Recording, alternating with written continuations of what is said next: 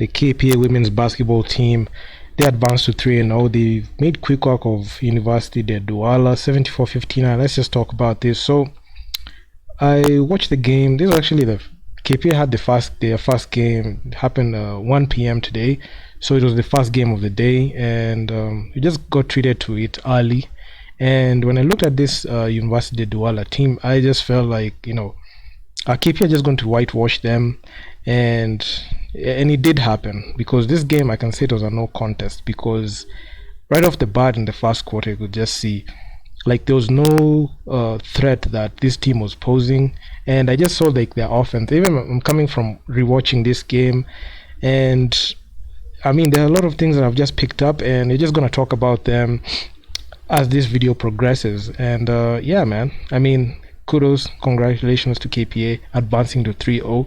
So that means even if KPA loses to a Sporting, which I'm going to drop a video talking about the tail of the tape for that matchup, because that matchup is actually bigger than all the other three matchups that they've had, and I feel like a Sporting will pose the greatest threat. I will talk about that in the next video. So in this one, we'll just look at KPA. This game, they shot pretty well from deep. They didn't shoot well from the field. You can see they shot 36% from the field on 2-point field goals, 36, and 36 from deep. So they at least improved their 3-point percentage. And the Université de Douala, they didn't shoot well from deep, and on the line you could see it's 100%. So knocking down the free throws was something that I saw that was good. But one thing that I've seen with KPA, especially when it comes to their possessions, they played a lot of hot potato in like the fourth quarter. Like they were just passing the ball aimlessly and just causing them turnovers. I saw like a situation where if they took care of the ball well, they wouldn't have turned over the ball like that.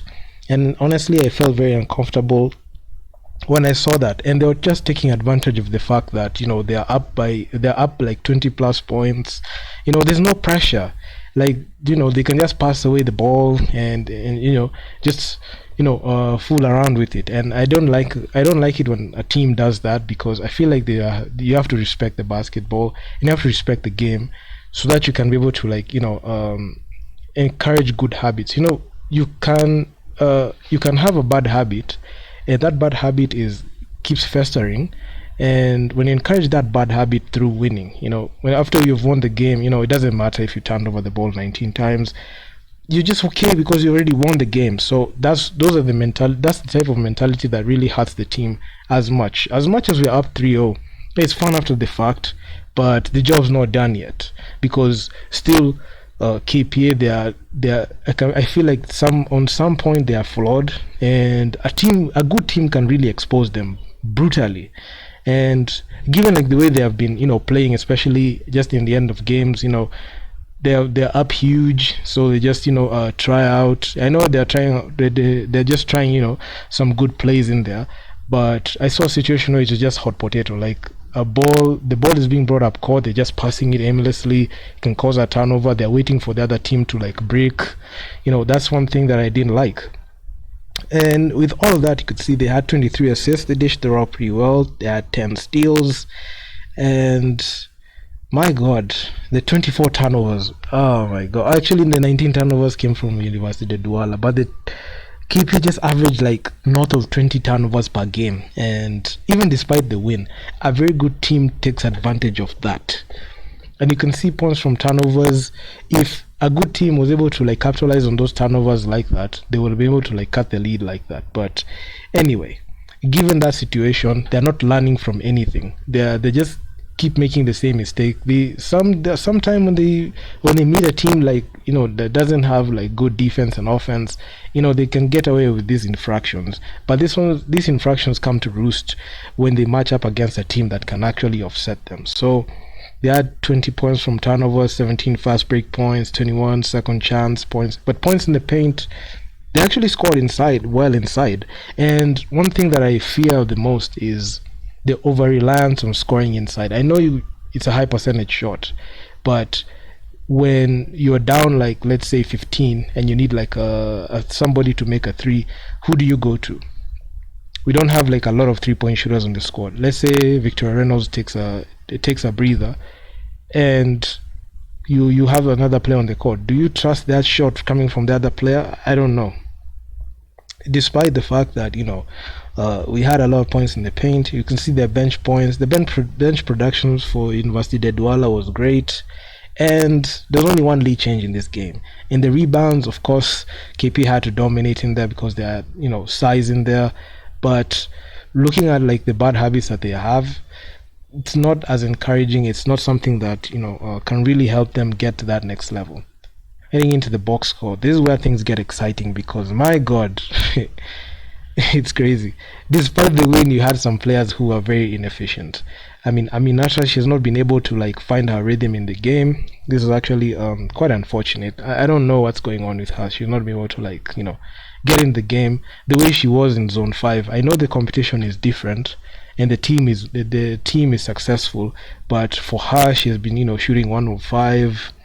0 for 3 from 2-point land, 1 of 2 from downtown, and I mean it's just a coming out party. You've got Selena Okumu 3 of 8, Belinda 1 of 4, and 2 of 2 from the line. You can see Selena out of her 9 points, 3 came from the line, so she shot pretty well. Belinda, she was just grabbing them boards, and she had an assist in there.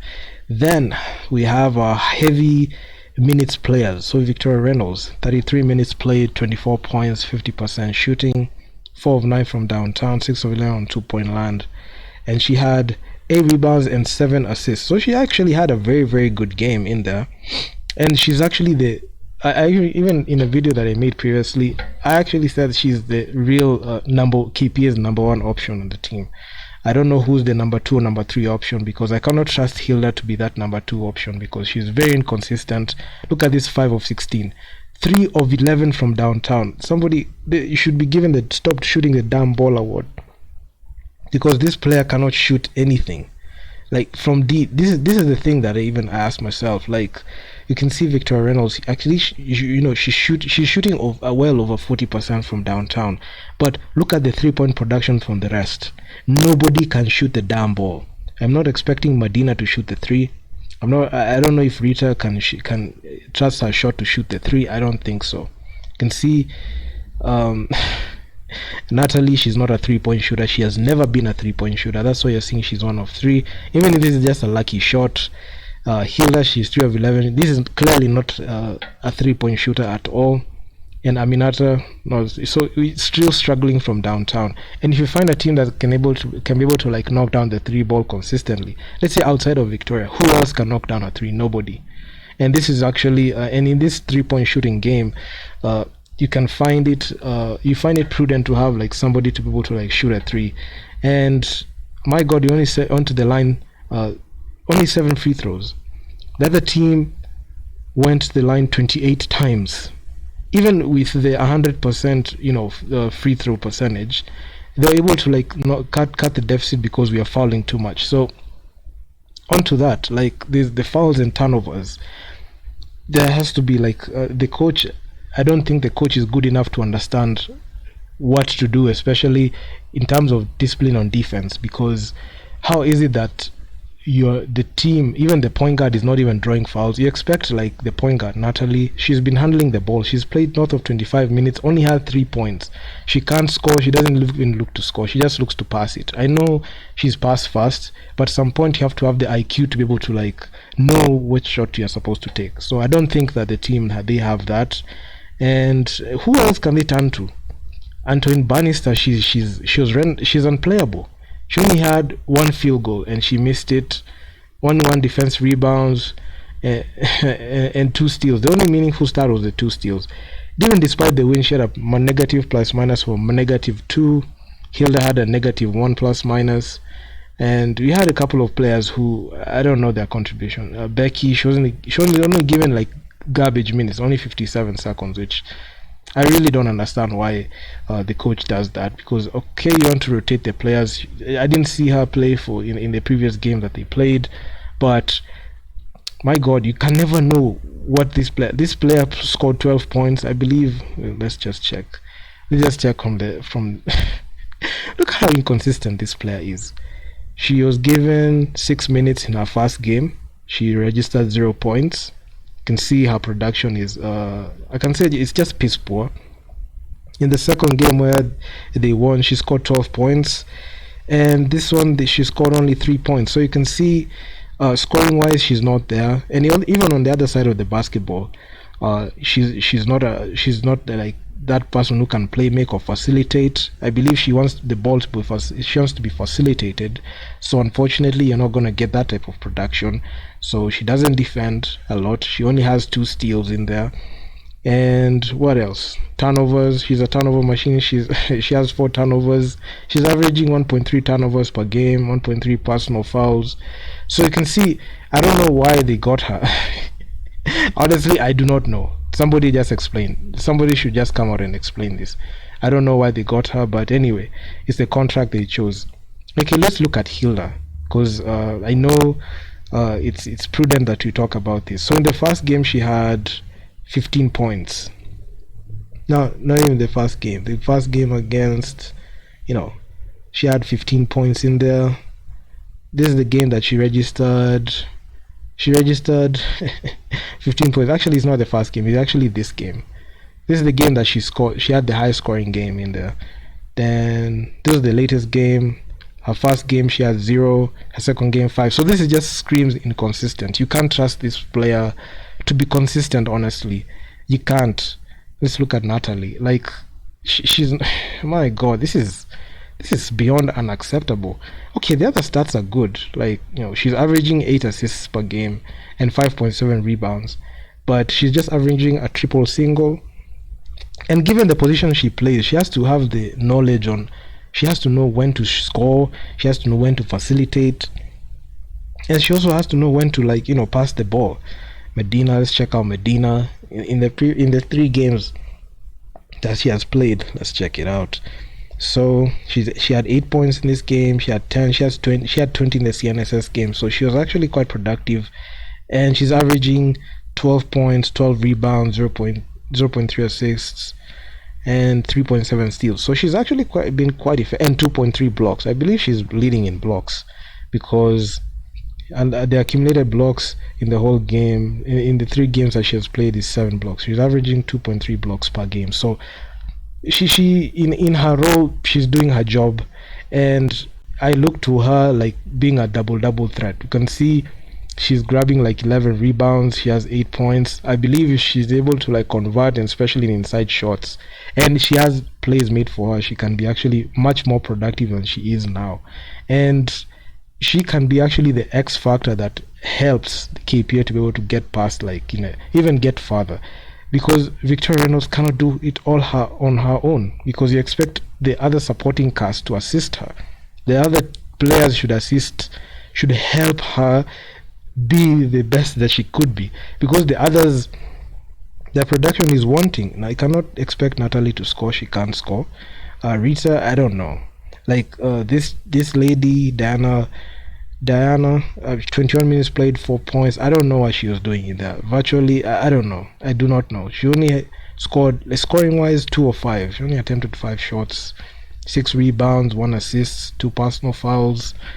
I mean, and Medina, 4 personal fouls in there. So the fouls bug is just sad. And also, the coach doesn't even know how to rotate the game and have good rotations. Not even rotate the game, rotate the players, so that you can have fresh legs in there, because you cannot pile on the minutes on Victoria like that and depend on her like that for 33 north of 33 minutes, and you expect her to be productive back to back. So that means her legs, she's tired. She has to score. She has to do all the things. This game she scored 24 points. She has to grab rebounds, assist, facilitate, steal the ball, be present in the defensive end.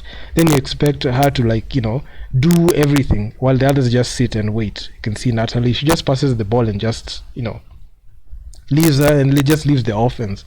So that's one thing that I don't feel comfortable with that, and I feel like that will be the bottleneck for KPA. As much as KPA are having success like that, this is just going to be a bottleneck for them. And one thing I even want to check out is the shot chart, because let's look at Antoine Bannister. She only had 1 field goal. Okay, let's look at Hila Indasi. You can see she made 3 threes. But my God, look at this.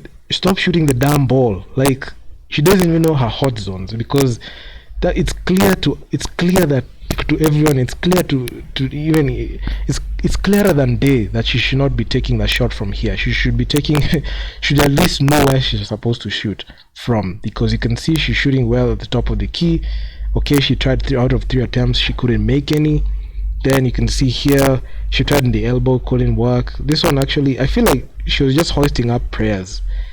My God. And this happened in the third quarter, says in the second quarter. In the first quarter, at least she was able to like score. Then in the fourth, that was just in garbage time. But when it really matters, check this out. When it really matters, Q4, Q1, she's not able to like hit a 3 in there. I know like not all the shots they go in, but honestly, if you ask me, at least at some point you're supposed to know like how you have to know like where do you shoot best, so that you can be able to like find your shots and cash in on them easily. Looking at Natalie takes the fewest amounts of shots in this game. She only shot the ball 5 times. You can see in the second quarter she missed it. She missed the inside ball there, and she only made a 3, and that's only 1 3. And you never know. She's just a streaky shooter. You can't know. Becky didn't get up scoring wise. I mean, look at this. Inside shots missed, and these are the shots that are really costly. Medina, she's just been working the ball inside. I actually prefer if she just works in the restricted area, in the paint, honestly. But she should be able to at least be able to like convert half of her shots in there, because I know it's actually quite difficult, because the paint can be clogged because there's so many non-shooters on the team, so it becomes difficult for her to be able to like do anything substantial in there. But given like the way the game is being set up, I feel like she can be able to like adapt in there. Belinda, not much to expect in there. She only made a shot there inside in Q3. Selena, she's working the ball inside. I actually prefer if she operates as she just cuts to the rim and just capitalizes on scoring the ball inside, because I feel like she's much more effective when she does that. Because if she's able to like do that consistently, she might even average 12 points per game off of just cutting to the basket and just getting them quick transition points, which KPA is their bread and butter. Then we've got Rita Olwuch. She's tried the ball inside, just working inside, just making sure that she just scores inside. Because and also like and also just to add on, like, the team does not have like a lot of 3-point specialists, because majority of the time you're seeing all the shots are just taken from inside, and the players who are attempting the shots like from outside are very few. It's only Victoria Reynolds. She tries, honestly. She tries. She's very versatile when it comes to like creating her own shot, but she's asked to do too much for the squad, and the other players are not helping her to be able to like do that. Because I honestly feel if you're going to defer to a player, at least try to complement their game and make sure that they're able to like you're covering for her, because I don't feel like KPA as an organization are covering for her very as they need to, as they should. So Victoria, she's been great, especially shooting from beyond the arc. And this is the production that is necessary given this whole situation. Then we've got Aminata. She has been really struggling. Like, Aminata, she only made 1 3 in there in the second quarter, and she was just she was really struggling in there. And in this game, you can see on 2-point field goals, she's 0 for 3, and all of them were inside the restricted area. So my God, it's just quite sad. Let me just turn on for all the players, so you can see majority of the shots we are taking and we are missing, that KP are missing, are from inside, from the field. And in this game we didn't shoot well at all. But if you look at even the shots that were being attempted from outside, you could see Hilda tried to shoot outside, but she was 3 of 11. Like, she was not able to even be able. You can see a couple of shots there. Victoria Reynolds, she tried to shoot the ball there from this side. Some didn't make it, but out of 9 attempts she only sank 4, which was quite decent given under the circumstances. And I'd actually prefer if she shot from the elbow, because shooting from the baseline, I don't trust this shot as much when she tries to take it. I feel like it's actually rushed. If she's able to like free up some space and even being set for a screen on this side and just drive and just go to the perimeter and find the elbow and be able to like have a quick release, because I like her quick release, she can be able to like score from there. So that's actually something that is prudent. And also on top of the key, she can try occasionally to hit here, but I know shooting from on top of the key is actually quite difficult. I prefer shooting from the elbow, and if she wants to go to the baseline, she has to like this is something that she has to work on even outside of the tournament to be able to like get a shot here, because you can see KPA are not taking baseline shots like that. I feel like this is up to a 3-point specialist to do, but you can see Hilda, she's trying, she's just jacking up them shots, and this side, it wasn't coming on this side. You can see statistically not the greatest side, but this one Victoria should just stick here. Because this side is just good. And given that situation, I mean, you can see the majority of the players that are shooting from outside. You can see it's Hilda Indasi, and Victoria Reynolds. I don't think Natalie is that good of a 3-point shooter outside. You can see some couple of X's are from her. You can see Aminata, she tried a 3 there. I believe Natalie, she hit her 3 there, but she's just a streaky shooter, honestly. So you can't rely on her shot there like that, and it just gets quite difficult. So yeah, man, so that's the video. So there are a lot of things that KPA just need to work on, especially coming to this matchup. They're going to play against the A Sporting, the defending champions. A Sporting gave KPA quite a headache last year, because in Zone 5 the A Sporting beat KPA in the finals, and A Sporting were the team that eliminated KPA in the quarterfinals. So this is a team that is built to capitalize on the mistakes KPA have. So honestly, it's just back to the drawing board, and KPA just have to find a way to be able to like mitigate the damage that they are masking, especially when it comes to the wins. So because an elite team can come and just capitalize on that. I feel like if KPA met A Sporting, Interclub, or REG, I know KPA have already beaten REG, but this iteration of REG are much more cerebral, and they can be able to like take them out easily. So that's just my opinion. So drop me your feedback in the comments. If you're watching this on Instagram, please make sure follow me on Instagram as well. Hit that follow button, man. It will help me out a ton, and it'll give you good luck. And also, if you're checking this video out on my YouTube, please hit the subscribe button, so hit the bell so that you get notified, smash that like button, and also leave your feedback down in the comments on what you think of my videos. And with that, man, I'm out. Peace.